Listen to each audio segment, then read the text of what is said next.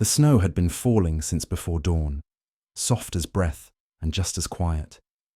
Outside, the street was wrapped in winter's hush. Lamplights smudged behind fogged glass, footsteps muffled beneath a quilt of white. Inside a second-floor apartment, above a bookshop no one remembered to update on Google Maps, a father knelt before his daughter, his fingers, calloused from years of turning pages and fixing stubborn radiators, looped her scarf with patient care. Not rushed, never rushed. Pas trop serré?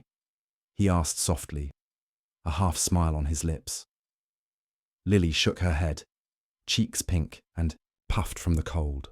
Her mittens were too big, her boots mismatched, and yet she stood like someone important, 6 years old and full of tiny declarations. She nodded solemnly.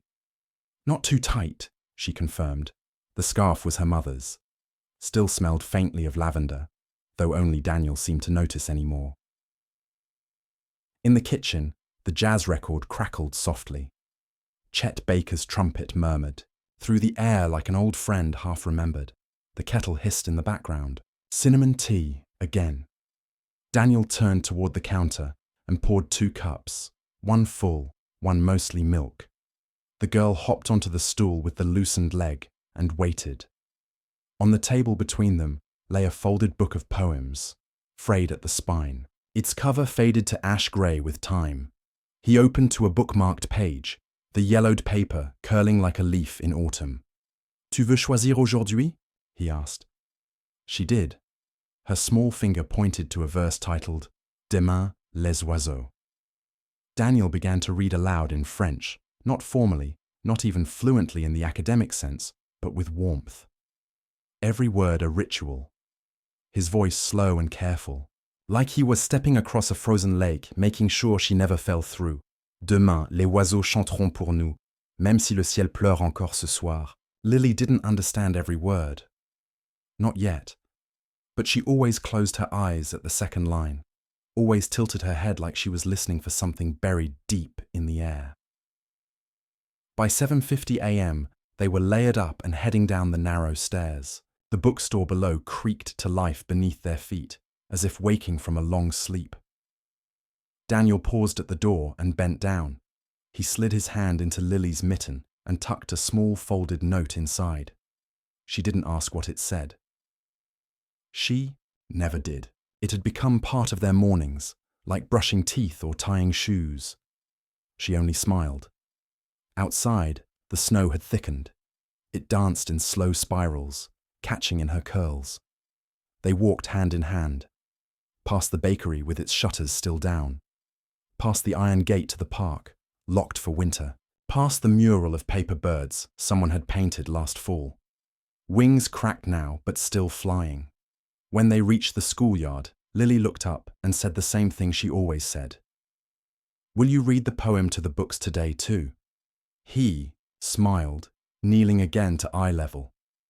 Of course, he whispered. They get jealous when we don't. And just like that, she was gone, swallowed into the tide of children in bright coats and rubber boots. Back at the bookstore, Daniel unlocked the front door and slipped inside. The warmth met him like an old embrace. It always did. He flipped the sign to ouvert, though he doubted anyone would come before 10. A few snowflakes drifted in behind him and melted on the wood floor. The air smelled like aged paper, tea leaves, and time itself. He set the kettle on again. The store was small. 3 aisles, a crooked ladder, a reading nook with a second-hand armchair where the springs had long since given up. Every surface whispered stories. Every shelf held tiny miracles. Books with dried flowers pressed between chapters, a copy of Le Petit Prince with a child's drawing tucked inside, spines bent from being loved. Daniel ran a hand along the counter. On it sat a small wooden box, no lock, no key, just a place where things went when they had nowhere else to belong. Letters, receipts, a pressed leaf, a folded page with a child's name written in shaky crayon. Memory lived there. By 10:30, the snow outside had turned to powder. A few regulars had passed through. A woman looking for vintage cookbooks, an old man who came just to read. By the window. Quiet traffic. Then the bell above the door rang, and a woman stepped in. She was tall, wrapped in a wool coat the color of pine, her face flushed from the cold and framed by a knit hat. She clutched a folded map in her hand. Her boots were dusted in snow. She looked around the store with sharp eyes that softened quickly. She said something. Rapid, clear, but not in English, French. Daniel blinked. The city didn't get many French-speaking tourists this time of year, and certainly not lost ones in second-hand bookstores. Pardon, she said again, her brow furrowed now. Je cherche un livre. Un vieux livre pour enfants. Je l'ai vu ici il y a longtemps. She looked embarrassed, but hopeful. Daniel tilted his head. Then he smiled gently, the kind of smile that warmed the air without rushing to fill. The silence. Quel livre, madame? He replied in French. She blinked in surprise, then laughed softly. A sound like boots crunching fresh snow. They spoke quietly in the center aisle for nearly 5 minutes. Her French was elegant. His was clumsy but caring. She described the book, a French children's story her grandmother. Read to her. Something with a blue cover and silver birds. She hadn't seen it in decades. She had come on a whim, chasing memory. Daniel nodded slowly and led her to the far corner of the store. He pulled out a dusty, faded hardcover.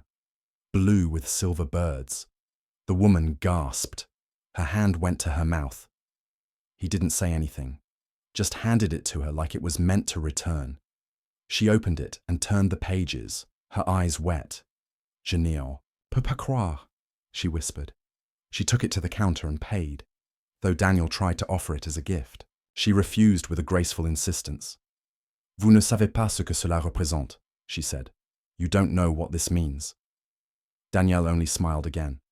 Je crois que si, he murmured. Neither noticed the man near the door. He had slipped, in just before the woman arrived. A tall figure, quiet, coat still carrying flakes of snow that had not yet melted. He had no books in his hands. He had not spoken.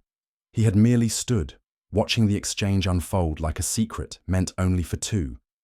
And when the woman left, her book clutched to her chest like a returned photograph. The man followed her out, the bell above the door chiming twice. Daniel didn't see him go.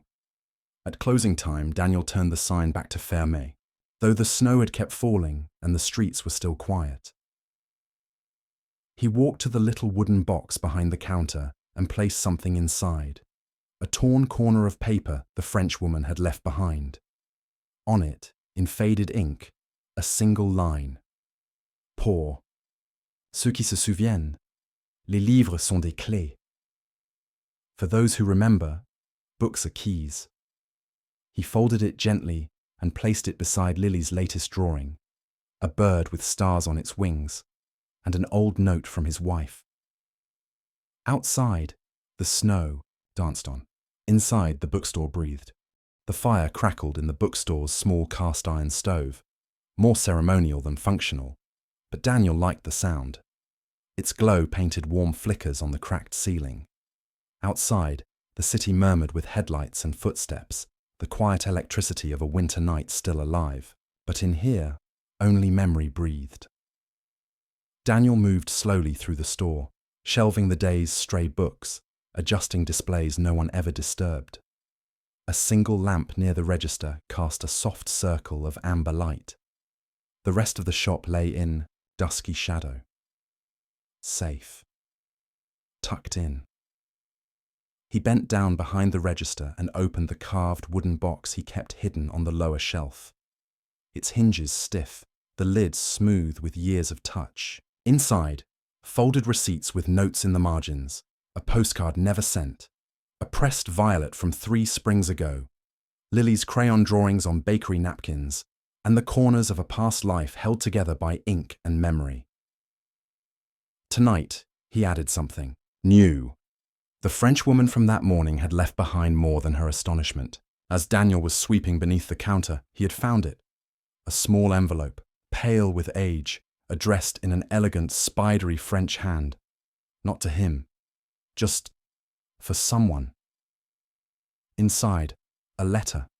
He hadn't meant to read it, but the envelope was unsealed, and the handwriting pulled him in like a whisper. Ma chère Claire, if you ever find this book again, the one your grandmother used to read when your world was still whole, I hope it finds you softer, not harder. I hope it brings the scent of soup on a Sunday afternoon, your grandfather's violin in the hall, your mother's perfume tucked between the pages of her stories. You've always run from French, but I know it lives in you. When I am gone, promise me you'll try again. Language is not a coffin. It is a bridge back home. Tante Camille. Daniel sat for a long time after reading. The fire hissed gently. Behind him, the city moving on without him. He placed the letter in the box as carefully as one would lay a child into bed. And then the story broke, as it always did, without asking. The chapel had smelled of lilies and wet coats, cold breath and murmured prayers. Wooden pews too polished, too narrow. Daniel sat between absence and obligation, his fingers crushed in his own lap as people passed by to offer what could never be enough. Lily, only 4 then, wore a coat too, sizes too big, and shoes she refused to fasten. She sat beside him, swinging her legs, eyes darting around the church like she was looking for a friend she couldn't find. Claire, his sister-in-law, had asked to read something. She stood now before the altar, her voice breaking against the vaulted silence. She held a folded page and read it slowly in French. Tu n'es plus là où tu étais, mais tu es partout là où je suis. You are no longer where you were, but you are everywhere I am. It was a poem by Victor Hugo, something Isabel had once recited absent-mindedly while stirring soup. Daniel remembered the way her voice dropped on the last line, like placing a kiss on a windowsill. The words drifted above the pews, like birds with broken wings. Lily tugged at Daniel's coat. Papa, she whispered. Pourquoi maman dort? Encore? Why is Mama still sleeping? He couldn't answer. Not in French, not in English, not in anything that would make sense to a child or the man who used to be her husband. Back in the present, the bookstore was closed. The kettle had whistled, and settled, the snow had stopped. And upstairs, Lily's room glowed with the faint light of a night lamp shaped like the moon.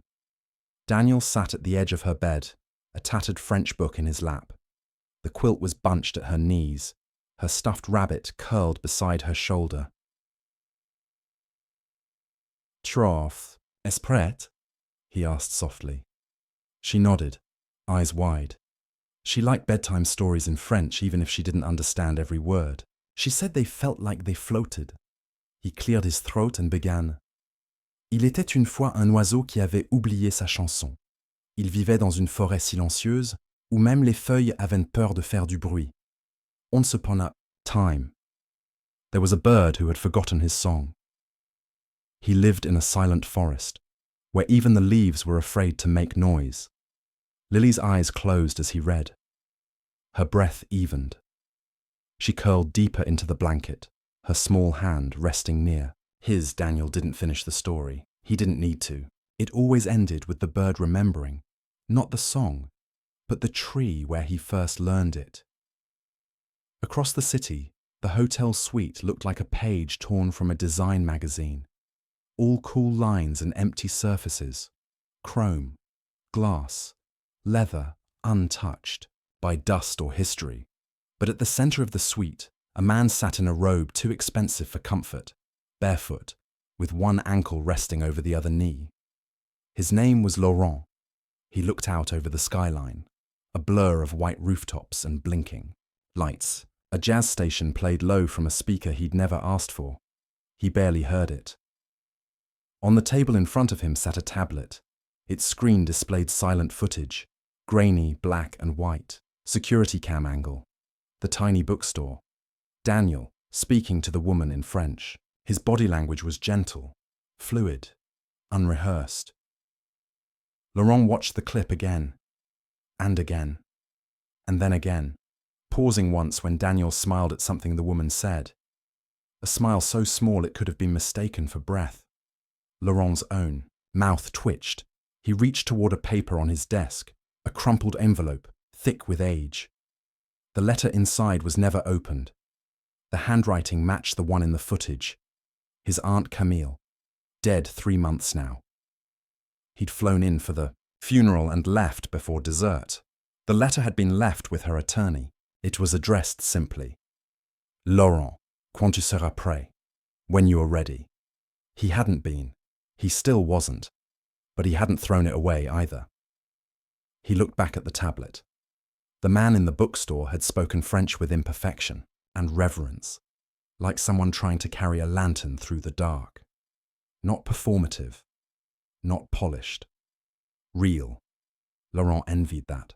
Envied the ease of someone who had lost and still dared to speak. He pressed pause on the video. On the table beside the envelope was a newspaper folded to an article titled, "The Last Bookshops of the City." A photo of the bookstore's door, faintly visible in the window.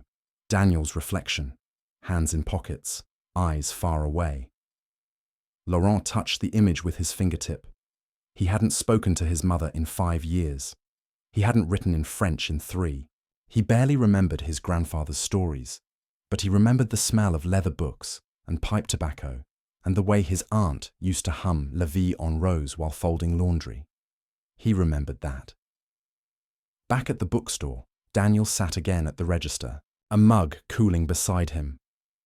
He opened the wooden box once more and looked through its contents, a kind of memory museum he kept curating, never exhibiting.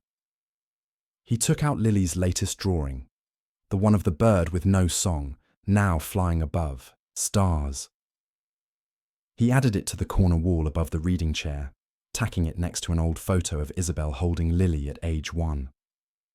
Her eyes in the photo were tired, but laughing. He placed Camille's letter back in the box. The fire in the stove dimmed to a faint pulse. Daniel reached for the folded poem Claire had read years ago at the funeral.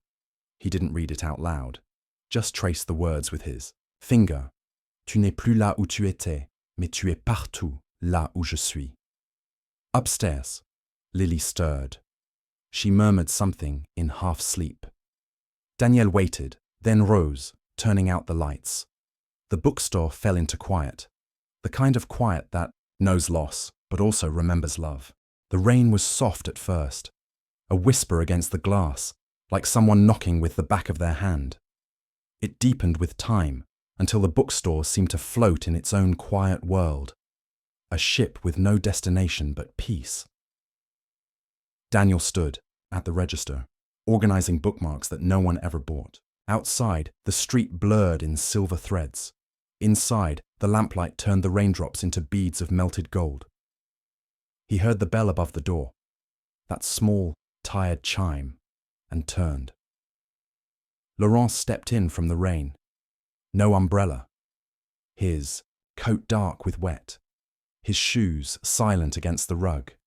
He carried no briefcase, no phone in hand, no questions ready on his tongue. Daniel said nothing.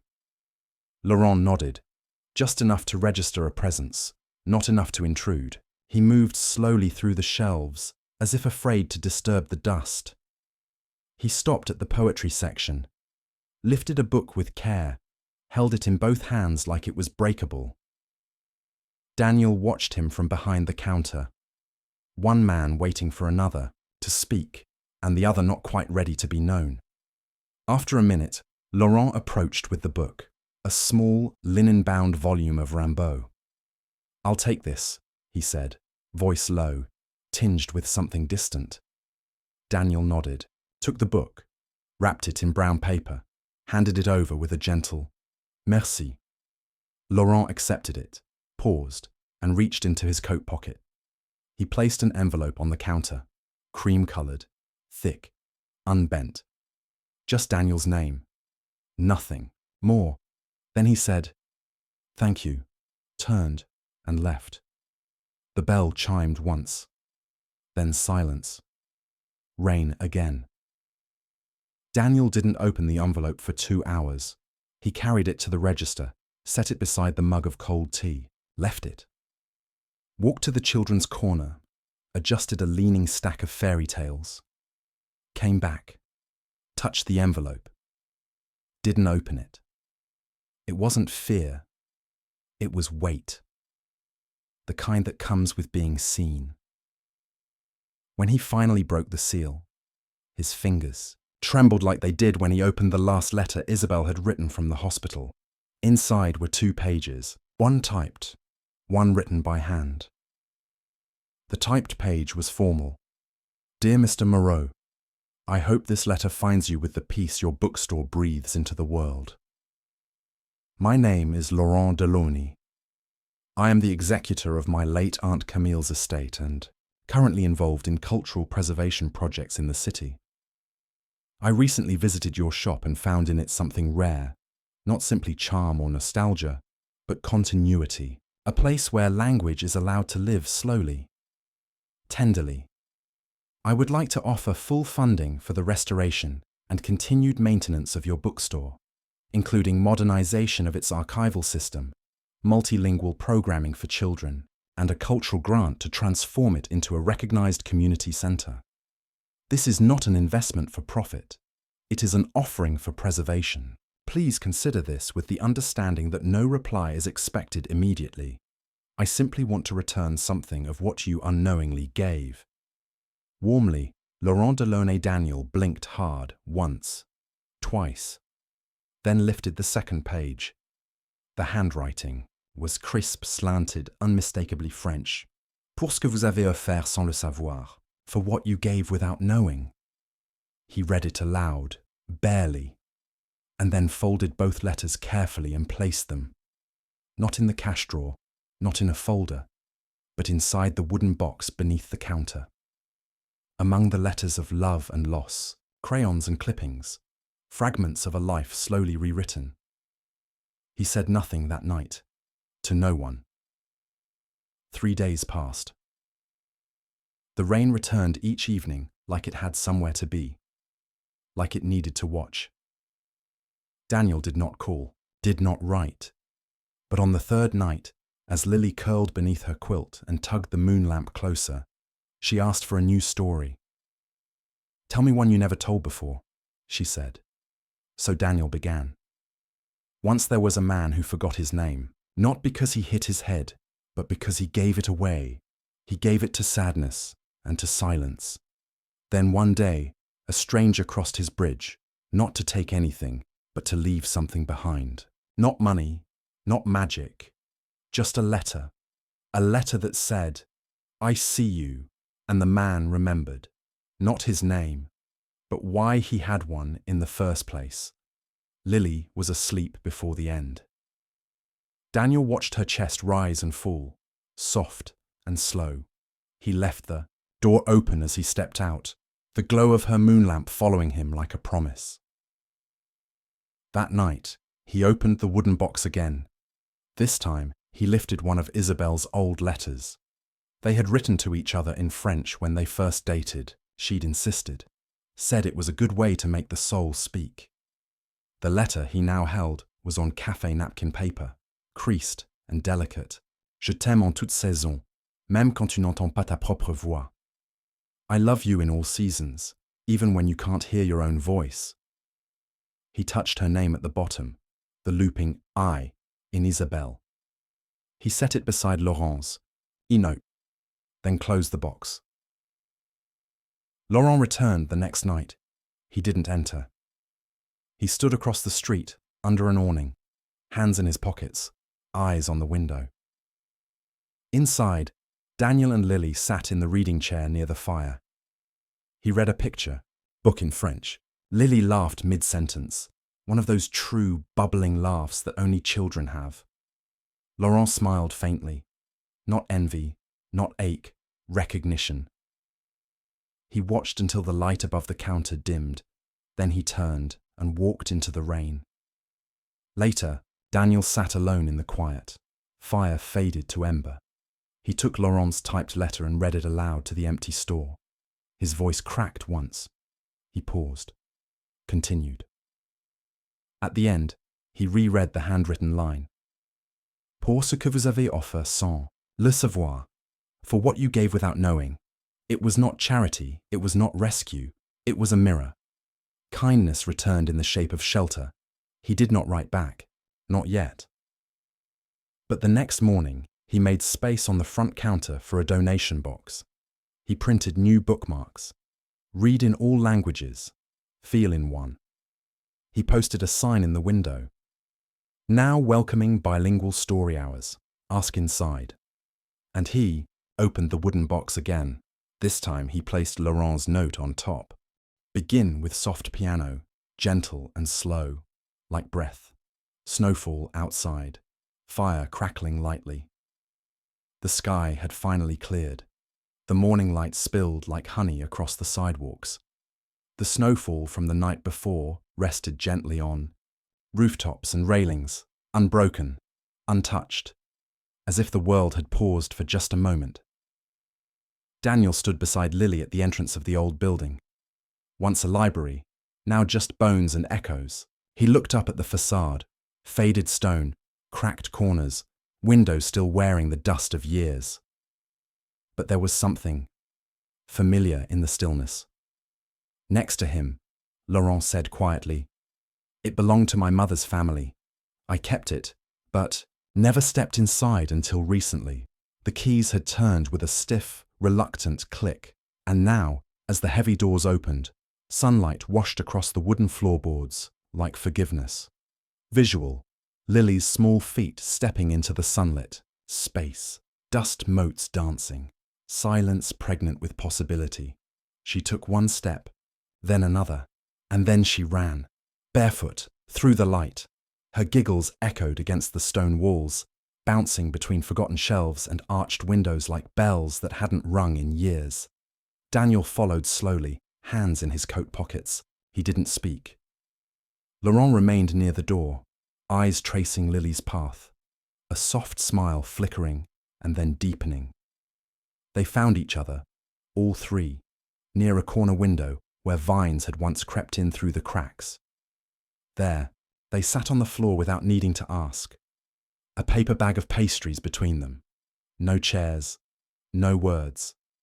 Just quiet chewing, crumbs and glances, and the sound of a child humming to herself, half a room away. Soft sound of parchment unfolding, paper rustling, like memory being stirred. Laurent pulled something from the inner pocket of his coat. A small wrinkled envelope, edges worn, seal still unbroken, Daniel noticed. He didn't ask. Laurent hesitated for just a second and then opened it. The handwriting inside was looping, unmistakably French. He read aloud, softly but clearly, his voice more fragile than anyone expected. "Mon fils, see you're reading this. It means I never found the words when I should have. But here they are now. You were never meant to be my shadow. I was only afraid you'd become my reflection. I did not know how to be soft. But you were always the softer part of me. Speak the language your mother gave you. Live in it. Let it love you back." He paused, his breath caught. The last line was barely a whisper. "Je t'aime, même si je ne savais pas le dire." I love you, even if I never knew how to say it. Laurent folded the letter slowly. His fingers trembled.